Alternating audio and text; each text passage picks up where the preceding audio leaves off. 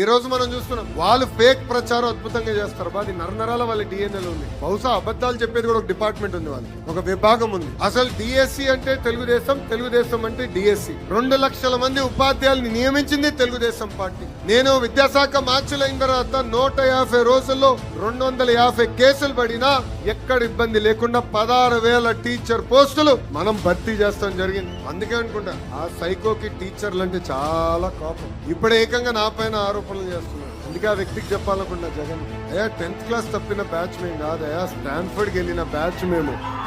3ోసారి నిన్ను ఛాలెంజ్ చేస్తున్నా జగన్.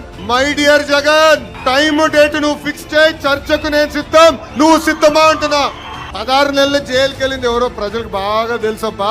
దొంగ సొమ్ము పెట్టి దొంగ పేపర్, దొంగ ఛానల్ నడిపించింది ఎవడో కూడా ప్రజలకి బాగా తెలుసు. డిఎస్సి గురించి చర్చిద్దాం. మీరు ముఖ్యమంత్రిగా ఉన్నప్పుడు గ్రూప్ 1 కుంభకోణం గురించి చర్చిద్దాం. వాటర్ బాటిల్ కుంభకోణం గురించి కూడా చర్చిద్దాం. నేను రెడీ అని చెప్తున్నా.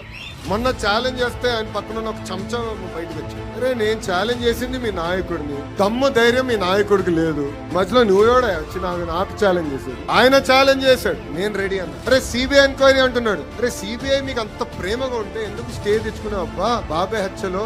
సిబిఐ నీకు అంత ప్రేమ ఉంటే నీ సొంత కేసులు ముందరికెళ్లకుండా కోర్టుకి వాయిదాలు ఎందుకు వేస్తున్నారా బాయ్? అవన్నీ మాకు కంపడట్లేదా? మర్చిపోతావా అనుకుంటున్నారా? నేను మళ్ళీ ఛాలెంజ్ చేస్తున్నా. I'm ready. మీరు రెడీనా అని అడుగుతున్నా.